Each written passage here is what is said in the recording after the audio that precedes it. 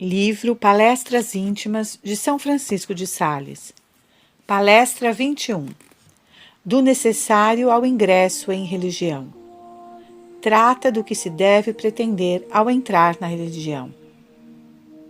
O pedido que me faz a nossa mãe de vos declarar, minhas queridas filhas, a que devemos pretender ao entrar na religião é o mais importante, o mais necessário e o mais útil que pode haver. É certo, minhas queridas filhas, que muitas pessoas entram na religião sem saberem para quê. Vão a um locutório, vêm religiosas com um véu na cabeça, um rosto sereno, com tão boa aparência, muito modestas, muito contentes, parece-lhes e dizem consigo: meu Deus, que bem se deve estar ali. Vamos para lá. Assim como o mundo mostra-nos má cara, não encontramos nele o que pretendíamos. Outra dirá: meu Deus, como cantam bem lá dentro. É tão bonito cantar bem. Tiveram razão de vir para cá para que lhes ouçam a sua bela voz, pois se estivessem em sua casa, talvez cantassem numa sala onde ninguém as escutasse, nem atendesse se elas cantavam bem ou não. Mas num coro, parece-lhes que todos as ouvem e as notam. Outras vezes vêm para a religião para nela encontrarem e acharem uma grande paz, consolação e toda espécie de contentamentos e doçuras interiores, dizendo consigo: meu Deus, como as religiosas são felizes! Estão livres de ouvirem a gritaria do pai e da mãe, que não fazem outra coisa senão gritar. Nada os contenta, é um nunca acabar. Nosso Senhor promete muitas consolações àqueles que deixam o mundo para o servir. Vamos, pois, para a religião. Aqui estão, minhas queridas filhas, 3 espécies de pretensões que não prestam para nada para entrar na religião, que é a casa de Deus. É preciso absolutamente que seja Deus que edifique a vila ou a cidade. Não sendo assim, ainda que estivesse edificada, deveria demolir-se. Quero crer, minhas queridas filhas, que as vossas pretensões são inteiramente outras. Por isso tendes todas bom ânimo, e Deus vos abençoará. Lembro-me de 2 comparações para vos fazer compreender sobre que e como a vossa pretensão deve ser fundada para ser sólida, mas contentar-me-ei com explicar uma, e isso bastará. Imaginai que um arquiteto quer construir uma casa. Antes disso, faz 2 coisas. Em primeiro lugar, considera se ela deve servir para algum particular, para um príncipe ou então para um rei, pois deve proceder de maneira diferente. Depois calcula com vagar se tem meios suficientes para isso, pois quem se quisesse meter em edificar uma torre alta, sem ter com que satisfazer a despesa, zombariam dele por ter começado uma coisa de que não poderia sair com honra. Por fim, é preciso resolver-se a demolir o edifício velho que ocupa o lugar onde quer edificar o novo. Nós queremos fazer um grande edifício, minhas queridas filhas, que é para alojar Deus em nossa casa e tornar-nos seu templo vivo. Portanto, consideremos maduramente se temos coragem e resolução suficientes para nos destruirmos a nós mesmos e nos crucificarmos, ou antes para deixar Deus destruir-nos e crucificar-nos, a fim de nos reedificar para sermos o templo vivo da sua divina majestade. Digo, pois, minhas queridas filhas, que a nossa única pretensão deve ser unir-nos a Deus como Jesus Cristo, nosso Senhor, se uniu a Deus, seu Pai, o que fez morrendo sobre a cruz. Pois não falo desta união geral que se faz pelo batismo, pelo qual os cristãos se unem a Deus e recebem o divino caráter do cristianismo que os obriga a guardarem os mandamentos de Deus e da Igreja, exercitarem-se nas boas obras e praticarem as virtudes da fé esperança e caridade, que tornam esta união válida, e podendo com justiça pretender o paraíso, onde se unirão à soberana bondade como ao seu Deus, pelos meios citados. Não estão obrigados a mais, pois que atingiram o seu fim, que é unirem-se a Deus pelo caminho geral e espaçoso dos mandamentos de Deus, bem observados. Mas a vós, minhas queridas filhas, não acontece o mesmo, porque além dessa obrigação comum que temos como cristãos, tendo-vos Deus escolhido para suas esposas, é preciso saber as condições necessárias para ser religiosa e o que é ser religiosa. É estar ligada a Deus por uma contínua mortificação de nós mesmos e viver só para Deus, servindo sempre continuamente a sua divina majestade, com o nosso coração, os olhos, a língua, as mãos e tudo mais, sem reserva nenhuma.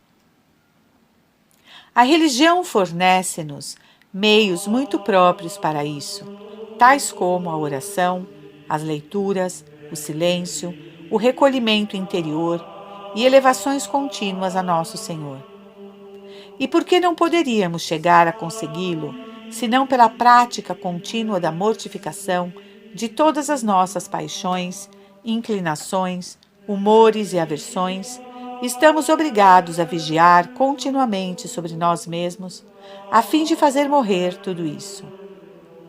Ficai sabendo, minhas filhas, que se o grão de trigo que está na terra não morrer, fica ele só, porém, se morrer, produzirá o cêntuplo.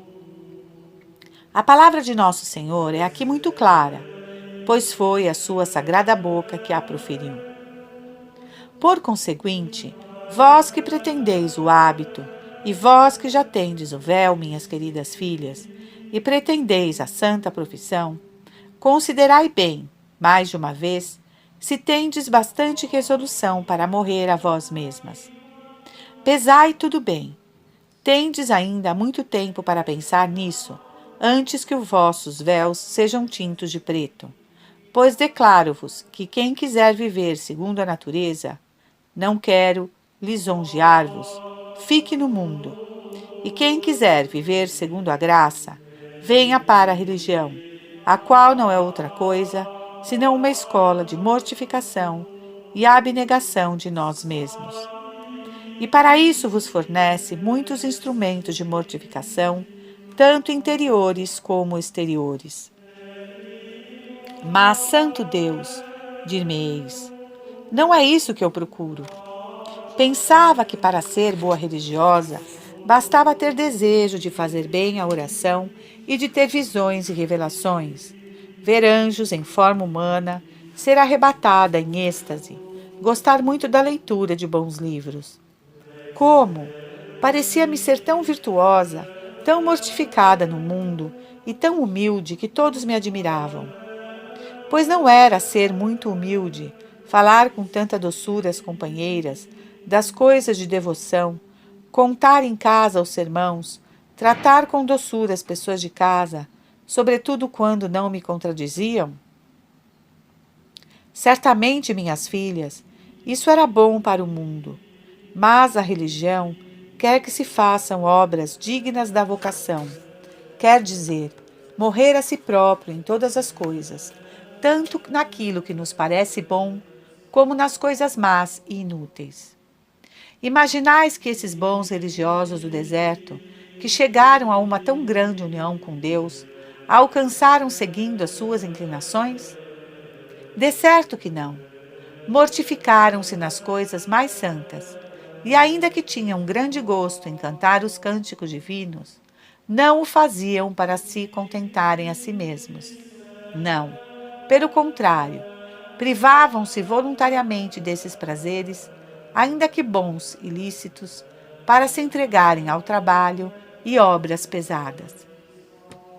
Oh não, minha querida filha, quando a vossa regra vos diz que se pedirão os livros à hora assinalada, não quer dizer com isso que se peçam os que mais vos agradam. De modo nenhum, não é essa a sua intenção. E o mesmo acontece com os outros exercícios. Acha-se uma irmã muito disposta, parece-lhe a fazer oração, a rezar o ofício, a estar retirada e diz-lhe: minha irmã, ide para a cozinha, ou então, ide fazer tal ou tal coisa. Não vos parece uma má notícia para uma irmã muito devota? Volto sempre, minhas queridas filhas, ao que dissemos já tantas vezes, que é preciso morrer para que Deus viva em nós, porque é impossível adquirir a união da nossa alma com Deus por outro meio que não seja o da mortificação. Estas palavras são duras, é preciso morrer, mas são seguidas de uma grande doçura. É para ficarmos unidos com Deus por esta morte. Sabeis de certo que pessoa nenhuma de juízo deita vinho novo em odres velhos. O licor do amor divino não pode entrar onde reina o velho Adão. É preciso necessariamente destruí-lo. Mas como me destruirei? Como, minha querida filha? Pela pontual observância das vossas constituições. Afirmo-vos da parte de Deus que, se fordes fiéis em fazer o que elas vos ensinam, sem dúvida atingireis o fim que deveis pretender, que é unir-vos a Deus. Notai como digo que se deve fazer, pois não se adquire a perfeição cruzando os braços. É preciso trabalhar deveras em nos dominar a nós mesmos e viver segundo a razão, a regra e a obediência, e não segundo as inclinações que trouxemos do mundo. A religião tolera, sim, que vos acompanhe os vossos maus hábitos, paixões e inclinações, mas não que vivais segundo eles. Dá-vos regras para servirem de prensas aos vossos corações e extrair deles tudo o que é contrário a Deus. Vivei, portanto, com ânimo segundo elas, e sereis felizes. Mas, dir-me-á alguma, meu Deus, que hei de fazer? Não tenho o espírito da regra. Não me custa a crê-lo, minha querida filha. É uma coisa que se não traz do mundo a religião. E dir-vos-ei ainda mais. Estando em Paris, onde todas as coisas se encontram, mais do que em outra qualquer cidade do mundo, e principalmente estando eu no Paço, vi que se vendiam luvas perfumadas, penachos, estojos e outras galantarias. Mas o espírito da regra não vi vender, nem o desta, de aqui, nem o de outras religiões. É para vos dizer, minhas queridas filhas, que o espírito da regra só se adquire praticando-a fielmente. O mesmo vos digo da humildade e doçura, fundamentos desta congregação. Deus nolas dará infalivelmente, contanto que tenhamos muita coragem e façamos o que nos for possível para as adquirir. Felizes seremos se um quarto de hora antes de morrer nos acharmos cobertos com este vestido tecido com essas duas virtudes. Toda a nossa vida será bem empregada se a ocuparmos em coser nele, ora uma peça, ora outra. Pois este santo hábito não se faz com uma só peça. São precisas muitas, quer dizer, muitos atos dessas virtudes reiteradas. Dizei-me, minha mãe, que as nossas irmãs têm boa vontade, mas que lhes falta coragem para fazer o que queriam, e que sentem as paixões tão fortes que receiam começar a andar. Coragem, minhas queridas filhas. Tenho-vos dito muitas vezes que a religião é uma escola onde se aprende a lição. O mestre nem sempre exige que o aluno a saiba sem errar. Basta que procure fazer o que pode para aprender. Façamos, pois, o que pudermos. Deus contentar-se-á e os nossos superiores também. Não vedes as pessoas que aprendem a atirar? Caem muitas vezes, e o mesmo acontece àqueles que aprendem a montar a cavalo. Mas nem por isso se dão por vencidos, pois uma coisa é serem algumas vezes derrubados, outra é serem completamente vencidos. As vossas paixões fazem-vos às vezes frente, e por isso direis: não sirvo para a religião porque tenho paixões. Não, minhas queridas filhas, não é assim. A religião não obtém grande triunfo em formar um espírito já cultivado, uma alma tranquila, mas aprecia muitíssimo reduzir à virtude as almas fortes nas suas inclinações, porque essas almas, se forem fiéis, passarão adiante das outras, adquirindo à ponta da espada o que as outras têm sem trabalho. Não se exige de vós que não tenhais paixões, isso não está na vossa mão, e quer Deus que as sintais até a vossa morte, para vosso maior merecimento. Nem mesmo se exige que não sejam fortes, por isso seria dizer que uma alma com maus hábitos não pode ser boa para servir a Deus. Engana-se o mundo nesta convicção. Deus não rejeita nada daquilo em que não há malícia. Pois dizei-me, que culpa de uma pessoa, por ter este ou aquele temperamento, estar sujeita a esta ou aquela paixão? Tudo está, portanto, nos atos que fazemos por causa desses movimentos, o que depende da nossa vontade, sendo o pecado um mal tão voluntário que sem o nosso consentimento não há pecado. Imaginai que sou assaltado pela cólera. Dir-lhe-ei: dá voltas e reviravoltas, estala se queres, não farei nada em teu favor, nem mesmo pronunciar uma palavra conforme ao teu movimento. Deus deu-nos poder para fazer isso. De outra maneira, seria, ao pedir-nos a perfeição, obrigar-nos a coisa impossível, e seria, portanto, injustiça, o que se não pode admitir em Deus.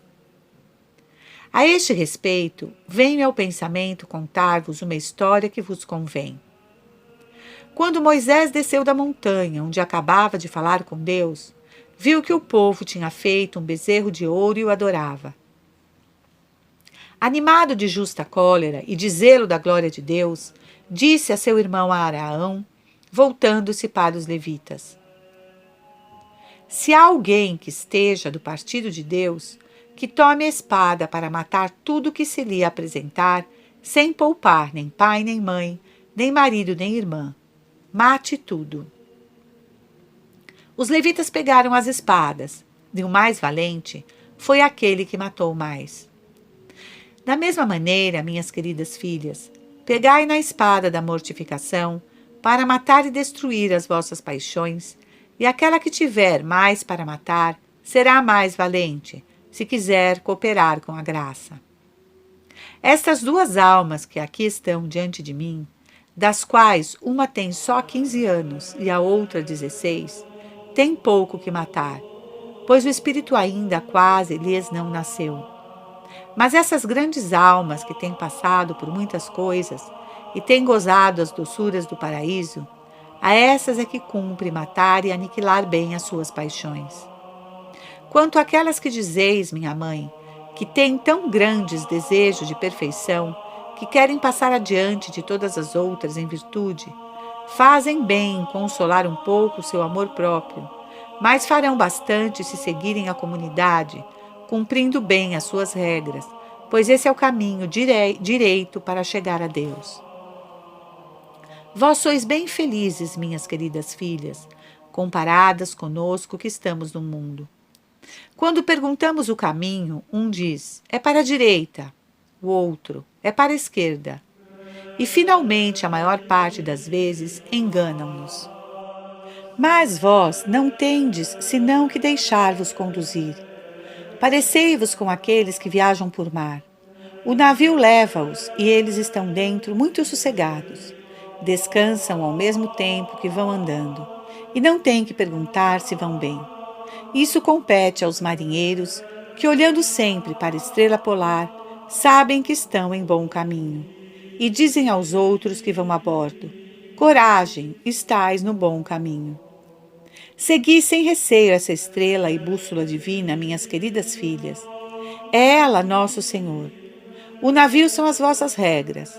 Os marinheiros que o conduzem são os vossos superiores, que ordinariamente dizem: caminhai, minhas queridas irmãs, pela pontual observância das vossas regras e constituições, e chegareis ditosamente a Deus. Elas vos conduzirão com segurança.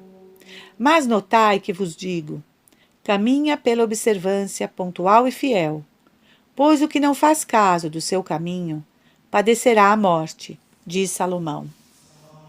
Se fizerdes o que vos ensino, minhas queridas filhas, sereis muito felizes, vivereis contentes e gozareis já neste mundo os favores do paraíso, pelo menos em pequena porção. Mas tende cautela. Se receberdes alguma consolação interior ou carícia de nosso Senhor, não vos apegueis a elas. Isto é como um pouco de anis que o boticário celeste deita na poção amarga da mortificação que deveis tomar para a saúde. E ainda que o doente receba da mão do boticário estas mezinhas açucaradas, tem necessidade de sentir depois o amargo do remédio. Vedes, portanto, claramente qual é a pretensão que deveis ter para serdes dignas esposas de nosso Senhor e para vos tornardes capazes de o desposar sobre o Monte Calvário. Vivei, pois, toda a vossa vida e amoldai todas as vossas ações segundo esta pretensão, e Deus vos abençoará. Toda nossa felicidade consiste na perseverança. Por isso, minhas queridas filhas, vos exorto de todo o meu coração e peço à divina bondade que vos cumule das suas graças e do seu divino amor neste mundo e nos assegure a sua glória no outro. Amém. Minha mãe, já respondi noutra ocasião a vossa pergunta, a saber, se deve pedir licença para comungar ou fazer mais mortificações do que a comunidade. Se eu fosse religiosa, parece-me que não pediria singularidade nenhuma, nem para comungar, nem para trazer cilícios, cintos, nem fazer jejuns extraordinários, nem para tomar disciplinas, nem nenhuma outra coisa, contentando-me com seguir a comunidade em tudo.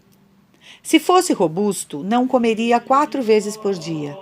Mas se me fizessem comer, comeria, e não diria nada. Se pelo contrário fosse débil, e não me fizessem comer senão uma vez ao dia, não comeria senão uma vez, sem me entreter em pensar se estaria fraco ou forte. Eu quero pouca coisa. O que quero, quero para Deus. Quase que não tenho desejos, mas se tornar-se a nascer, não teria ou não quereria ter nenhum. Se Deus viesse a mim para me favorecer com o sentimento da sua presença, eu iria também a Ele para o receber e corresponder à sua graça. Mas se Ele não quisesse vir a mim, ficaria quieto e não iria ter com Ele. Quero dizer, não procuraria ter esse sentimento da sua presença, mas contentar-me-ia com a simples percepção da fé. Bendito seja Deus.